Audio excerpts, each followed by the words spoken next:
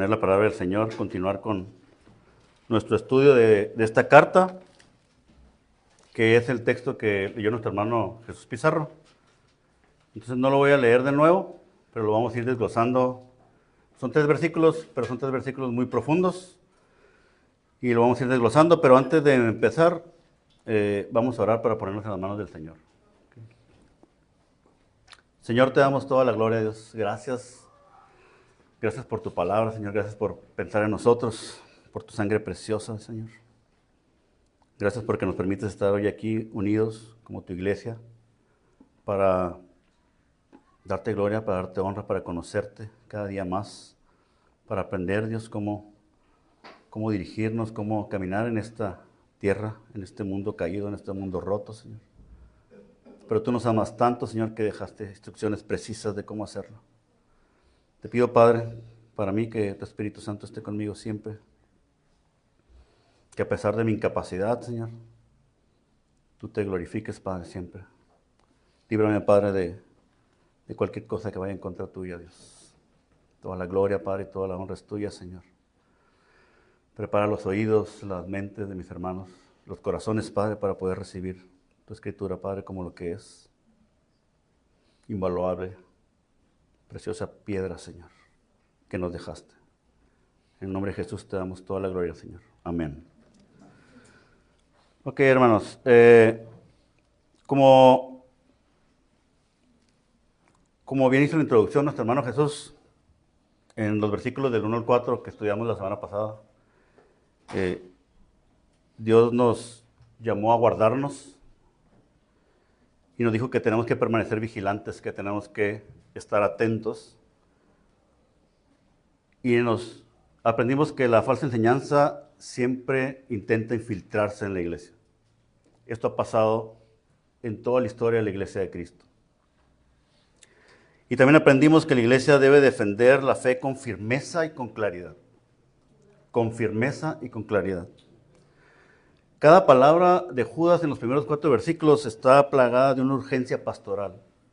Y él lo dice. Está preocupado y está exhortando y está haciendo un llamado a la iglesia. Ahora, uno de los mayores peligros para el ser humano, mis hermanos, no es la ignorancia, sino el olvido. El aprender cosas de la palabra y olvidarlas y no aplicarlas. Todos podemos tener en nuestra mente, hermanos, las carreteras, los que hemos manejado, o incluso en las calles, pero en las carreteras miramos que hay líneas que nos van guiando y que sabemos que nuestro carril es el carril derecho y que si me salgo de esta línea, pues voy mal, o si me salgo de esta línea, hay un riesgo, ¿no? Incluso en algunas carreteras ponen unos como lavaderos, que es si vamos más distraídos todavía de lo común. Quizás no estamos poniendo atención a las líneas, pero el carro empieza a vibrar. Yo creo que a más de uno nos ha pasado. Ay, caray, te enderezas, ¿verdad? O te ponen, yo de niño le decía tortuguitas, que las tortuguitas, aparte de tener una señal visual, cuando pasas por arriba el carro se cimbra y te das cuenta que algo no va por donde tiene que ir, ¿verdad? Y enderezas el camino. Esto nos puede pasar en nuestra vida como creyentes, hermanos. Lo que Judas nos enseña en su carta que vamos a estudiar son advertencias de nuestro Dios para recordarnos por dónde debemos de caminar. A nosotros, recuerden que esta carta está alertando sobre falsos maestros y al ser leída en la congregación, había hermanos fieles, pero también había falsos maestros que la iban a escuchar, que estaban infiltrados, dice, porque no sabían quiénes eran. A lo mejor algunos ya era muy evidente, pero otros ahí andaban, ¿no? Estas tortuguitas, yo lo ponía aquí en mi desarrollo tortugas de memoria, se me quedó muy grabado, ¿no? Son recordatorios de la fidelidad de Dios, pero también de los peligros del pecado. Nos recuerda el peligro del pecado. Y cuando olvidamos estas enseñanzas, tenemos un gran riesgo de repetir las rebeliones del pasado. o incluso nuestros errores que ya cometimos, que se supone que ya aprendimos y olvidamos. Judas sabe que estas historias están en la mente del pueblo. Eran historias de eran parte de su vida y habían sido conocidas por ellos desde niños y eran parte de su identidad como pueblo. Él lo sabe, pero entiende que es necesario traerlas otra vez y ponerlas delante de su iglesia y decirlas, porque la apostasía que se refleja en estos ejemplos sirve para comprender mejor lo que él está explicando en toda esta carta. Es un medio pedagógico que él utiliza, una forma de enseñar que él utiliza. Ahora, para comprender mejor lo que está por él hablar y el resultado condenatorio de portarse como él lo va a explicar, y como se declara en el versículo 4 que estudiamos la semana pasada, donde dice, pues algunos hombres se han infiltrado encubiertamente, los cuales desde mucho antes estaban marcados para esta condenación. O sea, él está a punto de hablar de estos hombres que estaban destinados para esta condenación. ¿Sí? Ahora miren, hermanos, William Berkeley, un teólogo, lo pone de esta manera. Dice él, para entender estos ejemplos, y esto que está citando Judas, debemos de tener presente una cosa. Los malvados que estaban corrompiendo la iglesia no se consideraban enemigos del cristianismo. Ellos se consideraban pensadores avanzados. O sea, yo ya estoy a otro nivel. Es lo que ellos pensaban, ¿no? Una categoría superior de cristianos. Una élite espiritual. Pero estaban en la iglesia y pensaban que ellos sabían más, que ellos podían enseñar otras cosas que no se habían enseñado. Muchos de ellos no sabían que estaban actuando en contra de Dios. Sabemos que hay falsos maestros que saben que son falsos maestros y que están actuando bien planeado. Pero hay otros falsos maestros que todavía no saben que son falsos maestros, pero por eso va este mensaje, ¿no? Ahora sí, hermanos, vamos a entrar al texto, teniendo esto en mente. En Judas 1, versículo 5, escribe, ahora quiero recordarles a ustedes, aunque ya lo saben todo, que el Señor, habiendo salvado al pueblo de la tierra de Egipto, destruyó después a los que no creyeron.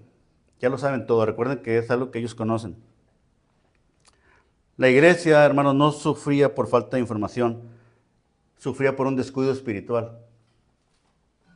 Judas no trae nuevas revelaciones, sino antiguas verdades que el corazón humano tiende a olvidar.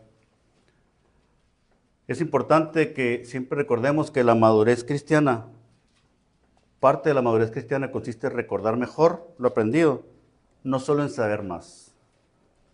Podemos enfocarnos en saber y saber más, pero si olvidamos o no aplicamos, no sirve de nada, es vacío, ¿verdad? Entonces les recuerda, empieza el versículo 5 diciendo, quiero recordarles a ustedes que ya sabían. Y después les dice, el Señor habiendo salvado al pueblo, primero lo salvó, la gracia antecede a todo, ¿no? ¿A qué se refiere? En que Dios liberó a Israel.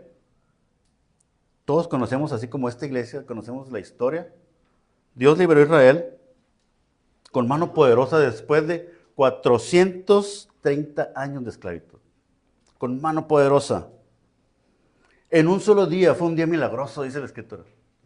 Dice, en un solo día salió todo el pueblo, salieron sus ejércitos, esos milagrosos, era muchísimo pueblo que se desplazó en un día. Éxodo 12:51 dice, y aquel mismo día el Señor sacó a los israelitas de la tierra de Egipto. La gracia de Dios, iglesia, fue evidente desde el inicio. Fue maravilloso lo que Él hizo. Pero miramos en la historia que la liberación física del pueblo y no garantizó una fe genuina de ellos. fueron liberados físicamente, pero eso no garantizó que su fidelidad iba a continuar y iba a permanecer.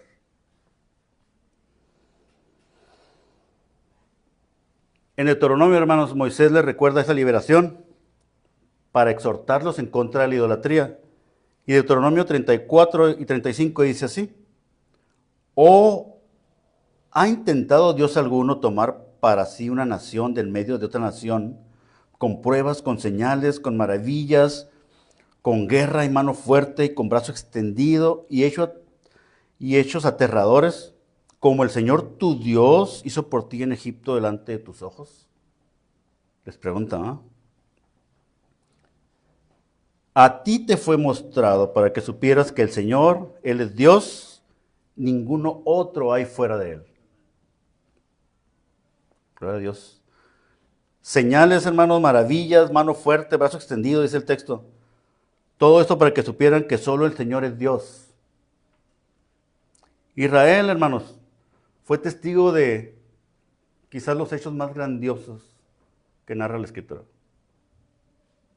poniendo aparte lo más grandioso que es la resurrección de nuestro Señor. Pero Israel miró la nube y el fuego que los guiaba. Esto era el mar abierto en dos. Yo creo que más de uno nos hemos imaginado el mar abierto en dos y caminando en seco, dice la Escritura. No solamente se abrió y ibas ahí medio mojado, caminando en seco. Y tenemos imágenes, ¿no?, de libros de niños donde se miran los pececitos aquí a un lado. ¡Qué maravilloso! ¿Cómo lo explicas? Solamente el gran Dios. Tenían hambre, maná del cielo. Se aburrieron del maná del cielo, querían carne, codornices. Fíjense todas las maravillas que ellos fueron testigos. Les dio sed, agua de la roca. Ropa y sandalias que no se desgastaban. Imagínense el milagro, hermanos. Tus tenisitos que te gustan tanto nunca se van a desgastar. Es milagroso. Y victoria sobre enemigos que ellos no pensaron que iban a tener. De todo esto fueron testigos. El pueblo no entendió que todo esto no solamente era una provisión física.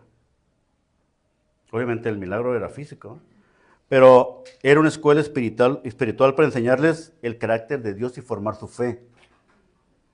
O sea, uno pensaría, y yo lo he pensado a veces, después de haber vivido esto, yo digo, yo no hubiera dudado. Y yo soy como ellos también. Y lo seguimos viviendo, ¿no? Sin embargo, después de haber vivido todo esto, el pueblo responde con incredulidad, con duda, con deserción de la fe, aún teniendo las promesas de la tierra, que el Señor ya le había dicho que se las iba a dar. Y habían sido testigos de todo, y aún así no creyeron. Desecharon el lugar que Dios había destinado para ellos. Ya les había dicho, va a ser tuyo. Esa tierra va a ser tuya. Ahora vamos a recordar un poquito leyendo la historia. En Números 13, del 25 al 14:4. Voy a leerla pausada, pero rápida, no es tan larga, ¿ok? Habiendo mandado a estos hombres a reconocer la tierra, empieza el texto en el 25 cuando regresan. Y dice, y volvieron de reconocer la tierra después de 40 días. Y fueron y se presentaron a Moisés, a Aarón y a toda la congregación de los israelitas en el desierto de Parán, en Cades, y le dieron un informe a ellos y a toda la congregación, y les enseñaron el fruto de la tierra. Traían muestras, ¿no? Y le contaron a Moisés y le dijeron, fuimos a la tierra a donde nos enviaste. Ciertamente, mana, leche y miel. Y este es el fruto de ella. Solo que es fuerte el pueblo que habita en la tierra, y las ciudades, fortificadas y muy grandes. Y además vimos allí a los descendientes de Anac. Amalek habita en la tierra del Negev, y los hititas, y los jebuseos, y los amorreos habitan en la región montañosa, y los cananeos habitan junto al mar y a la ribera del Jordán. Así como ve el texto aquí, ya está diciendo el reporte, está muy bonito, pero hay caray, son bien tremendos, no podemos entrar ahí. Y entonces Caleb interviene aquí, dice en el 30, entonces Caleb calmó al pueblo delante de Moisés y dijo, debemos ciertamente subir y tomar posesión de ella, porque sin duda la conquistaremos. Pero los hombres que habían subido con él dijeron, no podemos subir contra este pueblo porque es más fuerte que nosotros. Y dieron un mal informe a los israelitas de la tierra que habían reconocido, diciendo, la tierra por la que hemos ido para reconocerla es una tierra que devora a sus habitantes. Y toda la gente que vimos en ella son hombres de gran estatura. Vimos allí también a los gigantes, los hijos de Anac, estos que son parte de la raza de los gigantes. Y a nosotros nos pareció que éramos como langostas, y así parecíamos ante sus ojos. Imagínense el corazón del pueblo al escuchar estas noticias. Te vas haciendo chiquito, ¿no? Yo me imagino que estaban narrando y decían, gigantes, y nosotros, chiquitos. Y se desanimaron completamente. Entonces, dice en el 14, toda la congregación levantó la voz y clamó, y el pueblo lloró aquella noche. Todos los israelitas murmuraron contra Moisés y Aarón. Y toda la congregación les dijo, ojalá hubiéramos muerto en la tierra de Egipto. Ojalá hubiéramos muerto en el desierto. ¿Por qué nos trae el Señor a esta tierra para caer a espada? Nuestras mujeres y nuestros hijos van a caer cautivos. ¿No sería mejor que nos volviéramos egipcios? Le agrego yo, como esclavos, y que nos latiguen. O sea, ¿no sería mejor vivir como esclavos? ¿Se imaginan? Y el 4 dice, y se decían unos a otros, nombremos un jefe y volvamos a Egipto. O sea, hay que ser rebeldes, ir en contra de lo que Dios nos prometió, ir en contra de los líderes que Dios dispuso. Nosotros por nuestras pistolas vamos a poner jefes. Y vamos a regresarnos, a llegar allá. Nos arrepentimos. Hazme esclavo otra vez. Los espías regresan. Caleb anima, pero el pueblo murmura. Teme y finalmente quiere volver a Egipto. ¿Qué pasa ante esa incredulidad?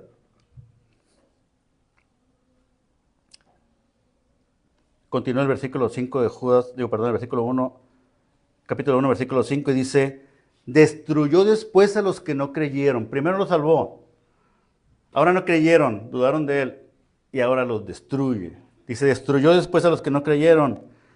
Fue un juicio por incredulidad. El problema no fue debilidad, fue incredulidad persistente del pueblo. Dios juzgó a una generación que vio maravillas, pero eligió desconfiar de él. En 1 Corintios 10, del 10 al 11, afirma que todo esto fue escrito como ejemplo y advertencia para nosotros.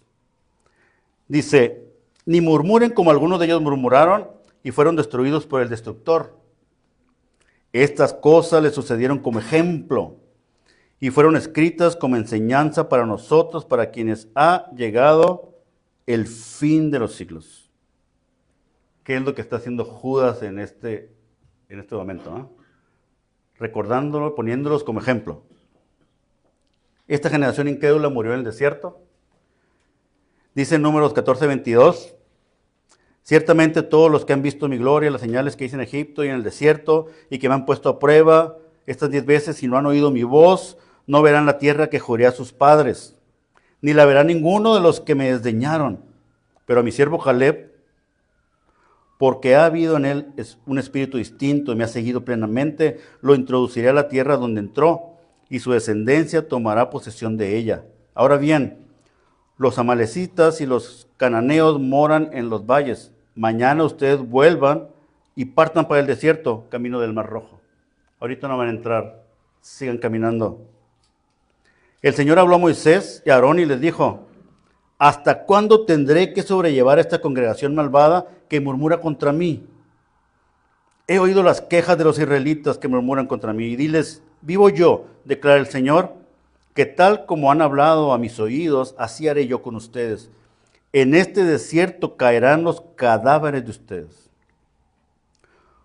Todos sus enumerados, de todos los contados de 20 años para arriba, que murmuraron contra mí, dice, van a morir.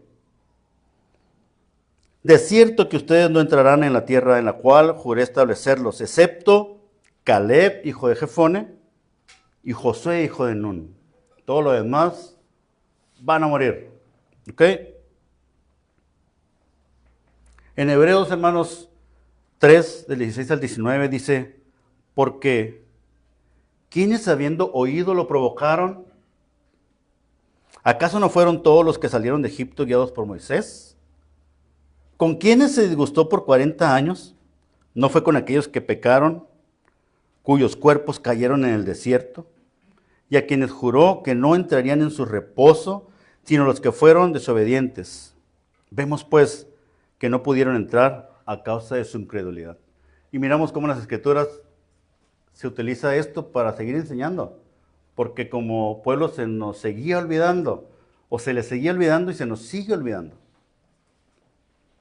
Ahora, los falsos maestros sobre los que está advirtiendo Judas, igual que el pueblo de Israel, estaban gozando de la gracia, del amor, del cuidado de los hermanos, quizás hasta de la bendición de la iglesia.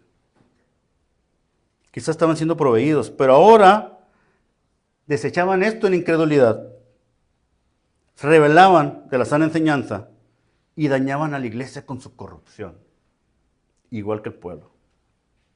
Y no creían, y hacían daño, y desertaban. Ahora, hermanos, ¿qué nos enseña esta primera parte de este versículo 5? Que la incredulidad, mis hermanos, no nace por falta de evidencia. La evidencia está.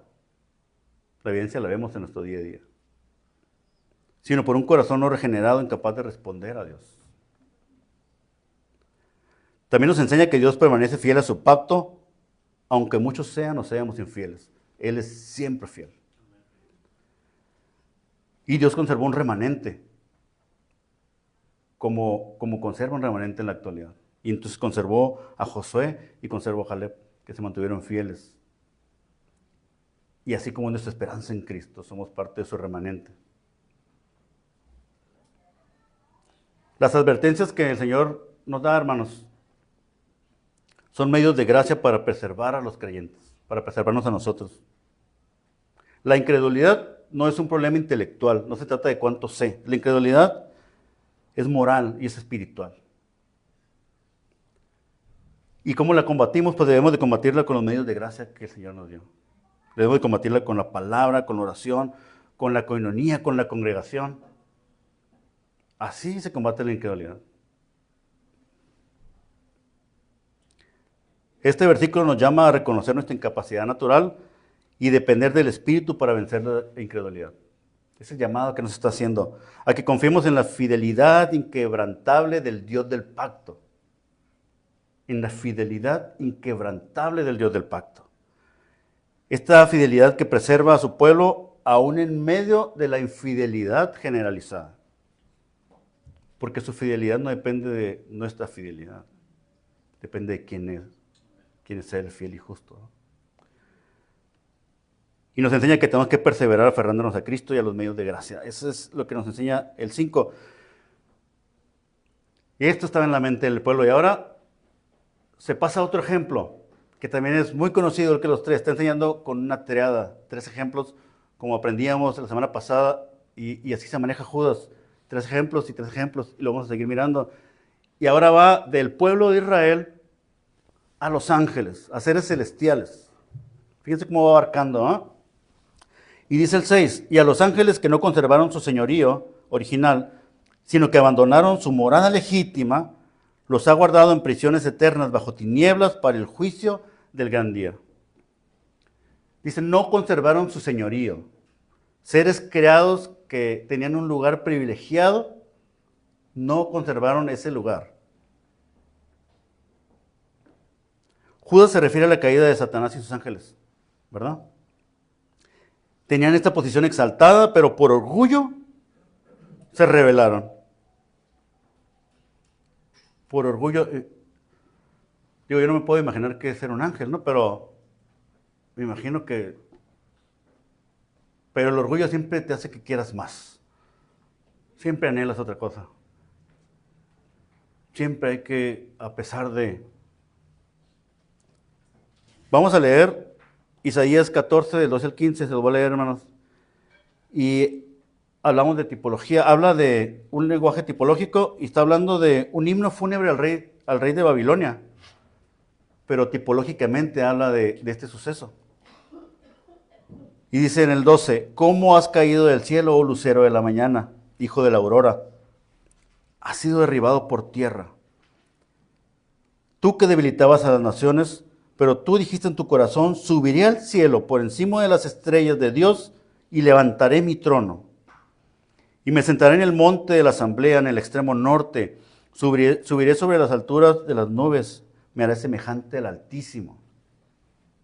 Sin embargo, serás derribado al Seol, a lo más remoto del abismo. Y nos transporta a entender cómo pensó Satanás y cómo lo llevó su soberbia y su orgullo a estos pensamientos, ¿no? Y en Ezequiel 28, del 12 al 17, que es un texto que se refiere al rey de Tiro, pero también es tipológico de este suceso y que nos da luz, dice, hijo de hombre, eleva una elegía sobre el rey de Tiro y dile, así dice el Señor Dios, tú eras el sello de la perfección, lleno de sabiduría y perfecto en hermosura. En el Edén estabas, en el huerto de Dios. Toda piedra preciosa era tu vestidura, el rubí, el topacio, el diamante, el berilo, el ónice y el jaspe, el zafiro, la turquesa y la esmeralda y el oro. La hechura de tus desgastes y de tus encajes estaba en ti. El día que fuiste creado fueron preparados. Tú, querubín protector de alas desplegadas, yo te puse ahí. Estabas en el santo monte de Dios, andabas en medio de las piedras de fuego.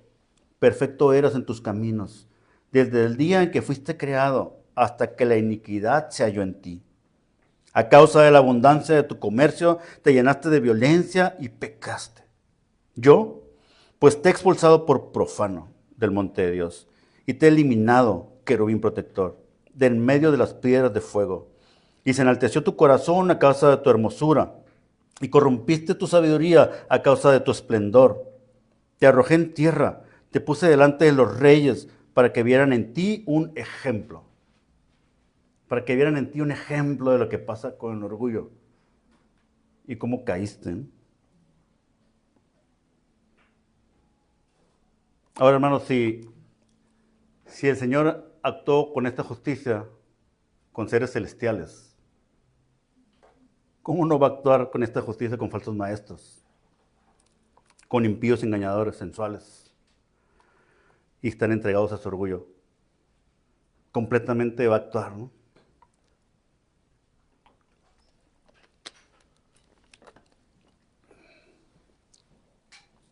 El pecado, mis hermanos, siempre comienza con el orgullo. Podemos pensar en situaciones que hemos tenido personalmente como pecado y vamos a descubrir que la raíz es el orgullo. En algún momento empezó esa chispita.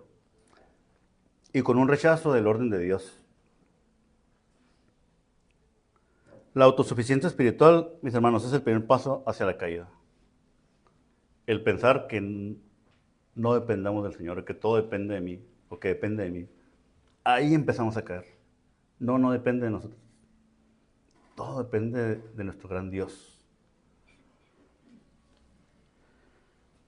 Y después el texto dice, abandonaron su morada legítima. Ahí donde fueron diseñados para estar, donde tenían funciones específicas que hacer, porque Dios ahí los había puesto. Ah, no, pero ellos quisieron cruzar los límites divinos. Ellos quisieron hacer lo que ellos querían. Satanás quiso hacerlo y quizás los otros pues lo siguieron porque ni siquiera preguntaron, no tuvieron un pensamiento crítico ni nada. Dijeron, pues él es el líder, él es guapo, fuerte y vamos a seguirlo, ¿no? Rechazar los límites de Dios, rechazar estos límites que Dios establece y que tenemos en su escritura, conduce a la destrucción. Toda persona que ha existido en la tierra y que ha desafiado estos límites ha sido destruido. La rebelión angelical es un recordatorio de cuán serio es desafiar la autoridad divina. Les está diciendo Judas, recuerden la rebelión de los ángeles. Recuerden lo que les pasó, ¿cómo se les puede olvidar? Y quizás Él sabe que, bueno, no quizás, Él sabe que los falsos maestros están escuchando y quiere que sientan el juicio de Dios. Esto viene para ti. Esto es lo que va a pasar contigo. Los límites que Dios establece en su palabra, mis hermanos, son protección para nosotros. No son restricciones, son protecciones. Él nos ama y quiere que nos vaya bien y quiere que estemos protegidos. Hijo mío, sigue este sendero. Este es, no como el orgullo de uno nos lleva a pensar y decimos, ay, no, es una restricción. Ay, qué tristeza. Tenemos que abrazar esto. Tenemos que abrazar estos límites impuestos por nuestro Señor. Y termina el 6, dice, guardados en prisiones eternas. Esto habla de un juicio irreversible. Pecaron contra Dios y tienen un juicio irreversible. No va a cambiar. Este juicio contra ellos es seguro, es inapelable. Si Dios no perdona a seres celestiales, pues la impiedad humana persistente, pues no, menos, ¿no? Ahora, la palabra de Dios es bastante clara en la razón por la cual cayó Satanás y sus secuaces. Al igual que los ángeles caídos, los falsos maestros llenos de orgullo, rebeldía y abandono del diseño de Dios, como dice en el versículo 8 que vamos a aprender después, dice, creyéndose superiores, rechazaban la autoridad. Y en el 4 dice, enseñaban cosas contrarias a la verdad, negando a nuestro único y soberano Señor Jesucristo. Esos eran los falsos maestros. ¿Qué aprendemos del versículo 6? ¿Qué nos enseña? Que esto debe provocar en nosotros una humildad profunda, humildad real, profunda, una gratitud diaria por todo lo que Dios nos da y cómo nos tiene, una gratitud de todos los días, una dependencia constante del Espíritu Santo. Sin Él no podemos, constante. Y nos enseña que tenemos que ser vigilantes espiritualmente. Ahora, como creyentes, ¿qué tenemos que vigilar? La autosuficiencia. Yo tengo que autoevaluarme todos los días. Y cuando perciba un poco de autosuficiencia, es una bandera roja. O sea, no puede haber autosuficiencia. Dependo completamente de Dios. Y a lo mejor los que están alrededor no lo van a mirar, pero yo me doy cuenta. Eso yo es lo que tengo que estar vigilante. Si soy un desobediente persistente, y no me refiero nada más a nuestra congregación, si en mi trabajo soy un desobediente persistente, si con otro tipo de autoridades soy un desobediente persistente, esa es una bandera roja que tenemos que vigilar y cuidar. Si muy adentro siento o reconozco un desprecio por la autoridad bíblica, de esos que nunca platicamos ni decimos a nadie, pero puede estar ahí, un desprecio de la autoridad bíblica. ¿Por qué? ¿Por qué él? Por otra bandera roja que tenemos que analizar. Resistencia a la corrección. Somos corregidos en cualquier ámbito y rápidamente pensamos en injusticia, pensamos con orgullo, porque a mí, si lo hago bien, si yo soy... Hay que evaluarnos por qué reacciono tan rápido a esto, ¿no? Y un abandono de los medios de gracia. Este pudiera ser el más visible rápidamente. O sea, descuidé mi oración, descuidé mi lectura, descuidé el ir a congregarme. Esta es una bandera roja. Eso es más fácil de ver, ¿no? Tenemos que ser vigilantes ante cualquier forma de rebelión o independencia espiritual. Ante cualquier forma de rebelión o independencia espiritual. Y esto es clave, mis hermanos. Todo pecado es una rebelión contra el gobierno soberano de Dios.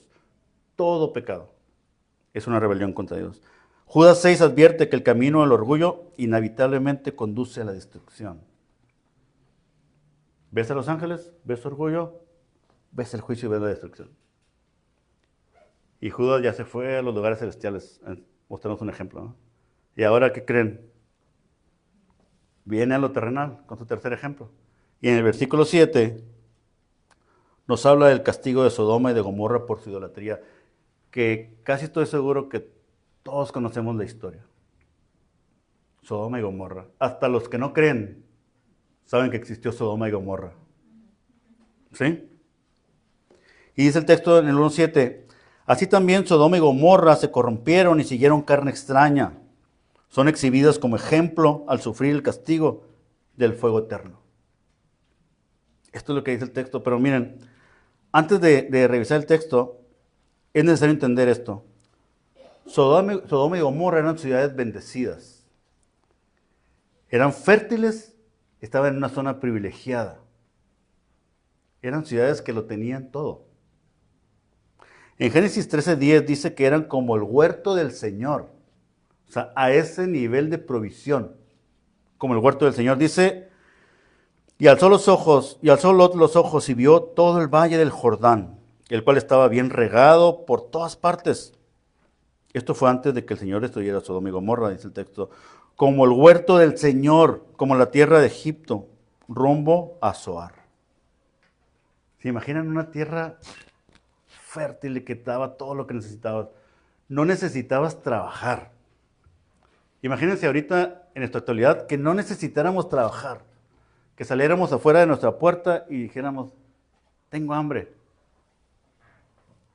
Vénganse familia, vamos a comer.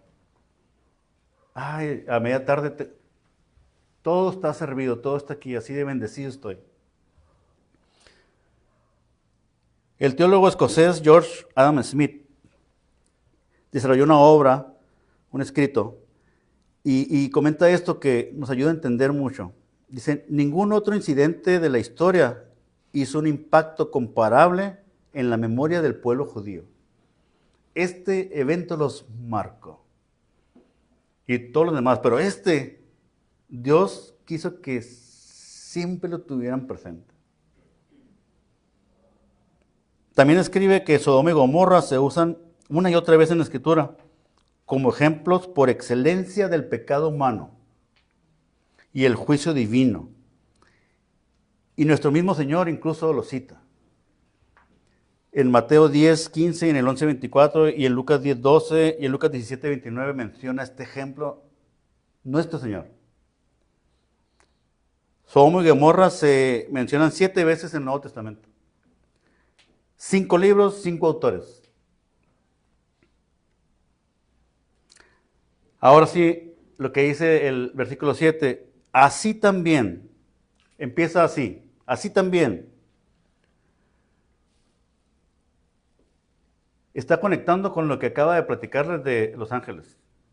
Dice, así también, al igual que los ángeles rebeldes abandonaron su señorío, abandonaron su lugar celestial, los sodomitas abandonaron su diseño original, entregándose a prácticas contra la naturaleza y el orden establecido de Dios. Igual que ellos también lo hicieron. El diseño original no les importó. ¿Por qué? Porque después dice el texto, se corrompieron. ¿Qué es esto? Tuvieron una autodestrucción moral completa. Autodestrucción moral completa. Leemos este texto más ampliamente y nos vamos a dar cuenta todas las aberraciones que hacían, de todo tipo. Como habíamos comentado, Sodoma y Gomorra gozaban de prosperidad, de abundancia y de privilegios. Sin embargo, su corazón se corrompió por el orgullo. Tenían todo y su corazón se corrompió por el orgullo. ¿Qué provocó esta abundancia? Provocó ociosidad. Provocó que no trabajaran, provocó que no hicieran nada, provocó que estuvieran pensando solamente. Que se despegaran de los estatutos del Señor por estar de flojonazos ahí nada más, viendo a ver qué se les ocurría. Que podemos mirar muchos ejemplos en la actualidad, ¿no? Así. No hago nada, aquí estoy. Eso te va a llevar a que pienses destrucción, a que pienses mal, a que pienses rebelión. indiferencia al necesitado, dice la Escritura. Tenían abundancia, pero no ayudaban al necesitado, ni les iba a costar. De toda la abundancia solamente tenían que extender su mano y decir, necesitado come, necesitado bebe, necesitado vive. Pero no, es mío nada más, ¿verdad? Y desató la inmoralidad. En Ezequiel 16:49 revela su pecado raíz, que es la arrogancia, la ociosidad y la indiferencia, que acabamos de comentar. Dice en el 49, pues esta fue la iniquidad de tu hermana Sodoma, arrogancia, abundancia de pan y completa ociosidad tuvieron ella y sus hijas, pero no ayudaron al pobre ni al necesitado. La prosperidad, hermanos, sin piedad, el ser próspero sin piedad, produce arrogancia. Si somos prósperos, tenemos que ser piadosos. Así nos enseña nuestro Señor que tenemos que ser como sus hijos, piadosos. La bendición debe llevar gratitud y servicio, no a soberbia y a pasividad. Soy bendecido, soy agradecido y sirvo a los necesitados y sirvo a los demás. Ahora el texto dice, y siguieron carne extraña. Esto habla de su rebelión sexual. Claro y simple, habla de su rebelión sexual. Judas enfatiza la inmoralidad sexual como una evidencia de su corrupción y rechazo total al orden de Dios. En Génesis 19 se describe la conducta homosexual de los varones de Sodoma.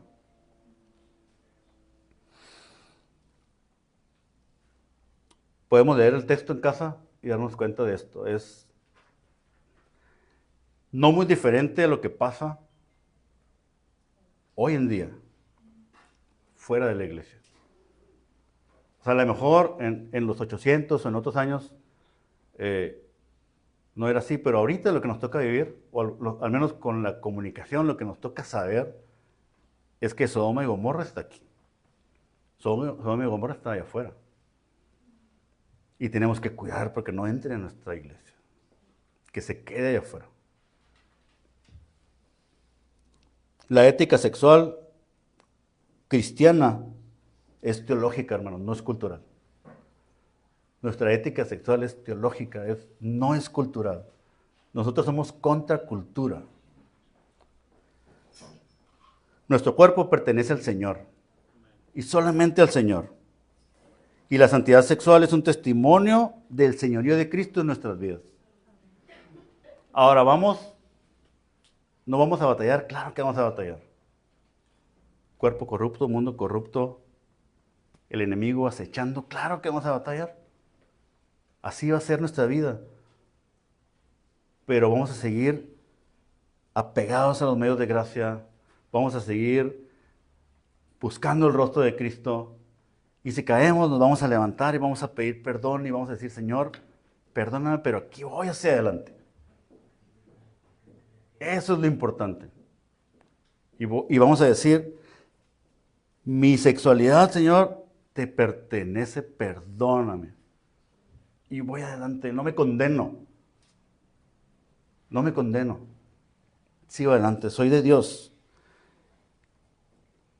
La última parte dice, ejemplo del fuego eterno. Y esto es una advertencia para todas las generaciones, hermanos. Dios exhibió a Sodoma y Gomorra como recordatorio permanente de que el pecado no arrepentido termina en juicio. No arrepentido termina en juicio. El juicio de Dios no es un mito ni una exageración. El juicio de Dios es real. Quizás en nuestra vida diaria pues lo miramos en las historias, lo leemos en la Biblia. No, hermanos, el juicio de Dios es real. Va a suceder cuando Él lo indique. Y esta conciencia del juicio de Dios, ¿qué tiene que despertar en nosotros, hermanos? Tiene que despertar sobriedad. ¿Qué es sobriedad? Es pensar las cosas, entenderlas con nuestra mente, pero también con nuestro corazón. Y caminar en esta vida conscientes de eso. La depravación sexual de Sodoma y Gomorra no fue su único pecado, obviamente.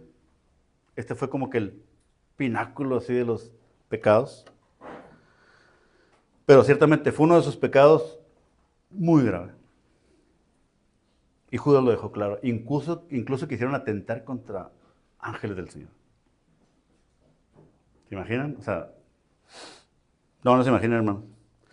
Ahora, al igual que los habitantes de Sodoma y Gomorra, los falsos maestros, habiendo gozado de privilegios, ahora sin ninguna restricción moral, estos falsos maestros a los cuales está alertando Judas y están mezclados en la iglesia, ya no tenían una restricción moral, dice la Escritura. Y más adelante lo vamos a aprender.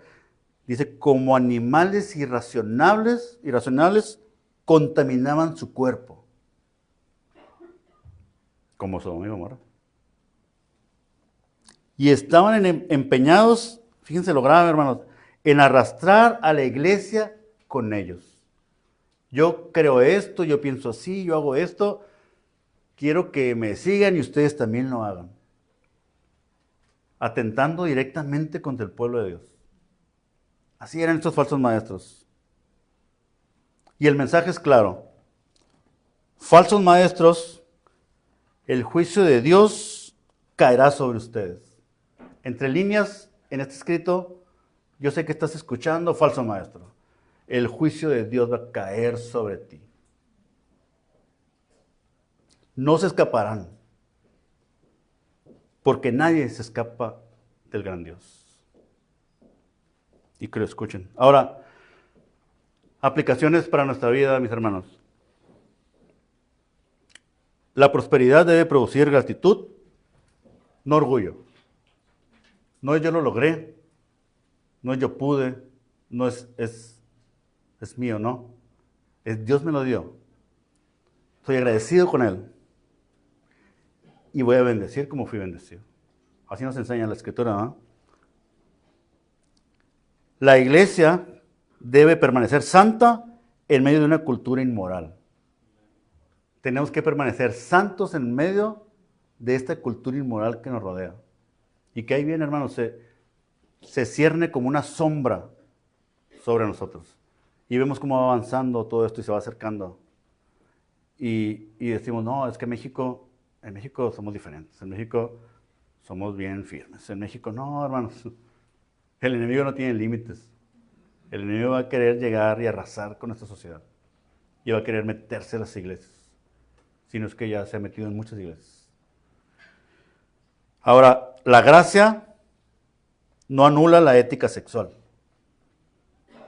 Hay quienes argumentan la gracia para temas sexuales. No, la gracia no anula la ética sexual, la fortalece dentro de los parámetros bíblicos, ¿no? Ahora, la sexualidad no es solo moral. La sexualidad es teología vívida, o teología vivida, es como yo vivo mi fe. Es un reflejo de quién gobierna nuestro corazón. Es un reflejo de quién gobierna nuestro corazón. Ahora, para terminar, hermanos.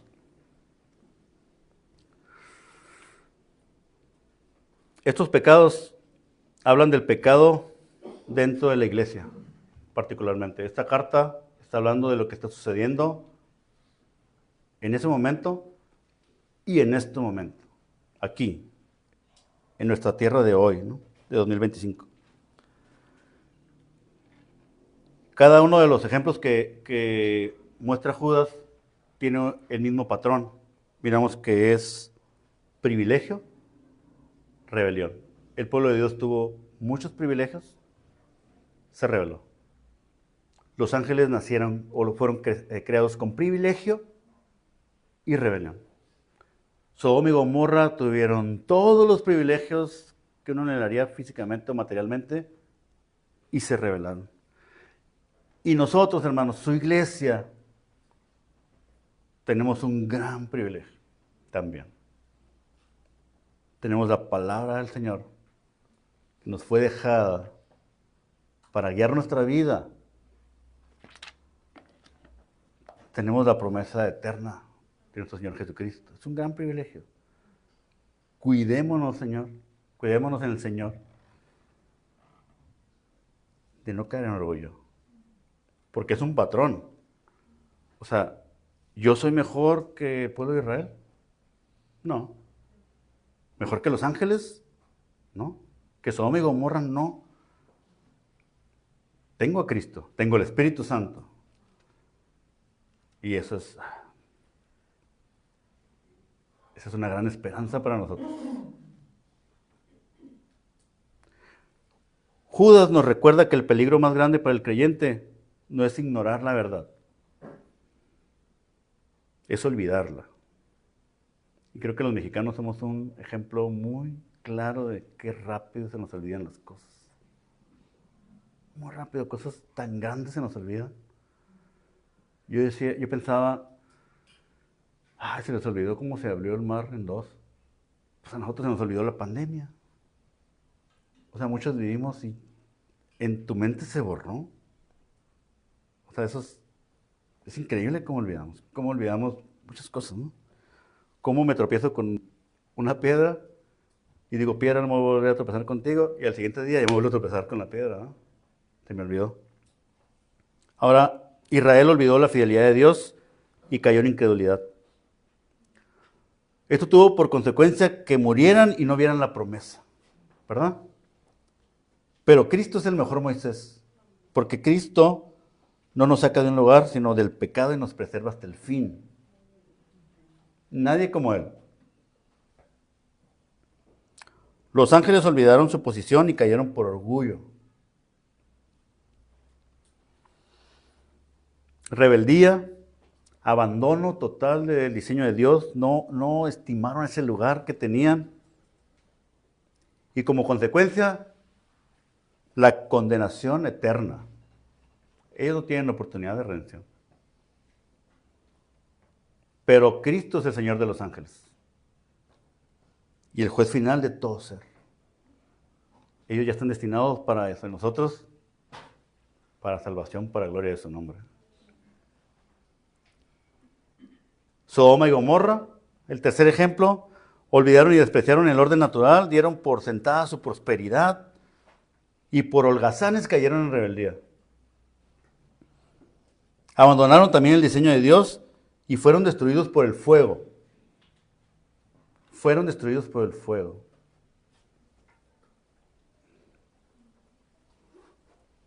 Cristo es el Señor de todos.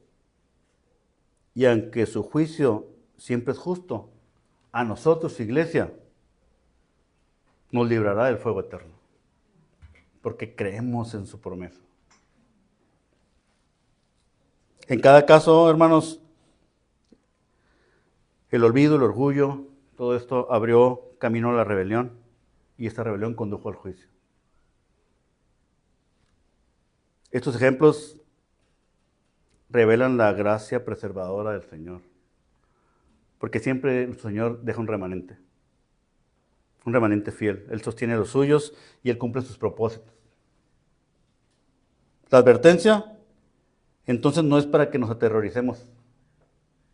Judas no les dice, aterrorícense de todo lo que está pasando. No, sino que dice, fortalezcanse, despiértense y preserven lo que tienen. Consérvenlo, o sea, defiéndanlo con todo su ser. Eso es lo que está diciendo, hey, hermanos, es un pastor que está clamando y está diciendo, hey, despierta. Imagínense así como que cuando se está durmiendo alguien le dice, hey, despiértate. Y el llamado final de la carta es claro. No olvidemos quién es Dios ni lo que ha hecho. Esto es de lo más importante que no tenemos que olvidar. ¿Quién es Dios y qué ha hecho? Siempre confiemos en la gracia presente, no confiemos en los privilegios pasados. No permitamos que el orgullo, la incredulidad o la inmoralidad nos desvíen. Y caminemos humildemente siempre dependiendo del Espíritu. Y muy importante, mis hermanos, estemos al pendiente de cualquier amenaza de falsos maestros en nuestra iglesia. Nosotros, Iglesia Bíblica de la Gracia, al pendiente, expectantes, vigilantes ante cualquier falso maestro que haya entre nosotros. Así como estaba pasando en ese lugar, pasa hoy. Igualito. Puede haber infiltrados en nuestras iglesias. Dice, pensadores avanzados, una categoría superior de cristianos, una élite espiritual. Y como ponía Pablo, lo digo con sarcasmo, no. Que enseñan sutilmente la verdad. Sí, sí hay. Ahora, termino con 3 preguntas, hermanos. No son para responder, son para que se las lleven a casa y para que las mediten en esta semana. La primera pregunta, preguntémonos, ¿mi confianza está en experiencias? ¿Mi confianza está en conocimiento? ¿O está en mi historia cristiana y mi testimonio? ¿O en una dependencia diaria en Cristo? Pregúntense ustedes, ahí en casa, ¿en quién confío? ¿De quién dependo realmente? Pregunta 2, ¿estoy justificando alguna desobediencia? ¿Algo de orgullo? ¿O estoy justificando alguna inmoralidad bajo argumentos personales?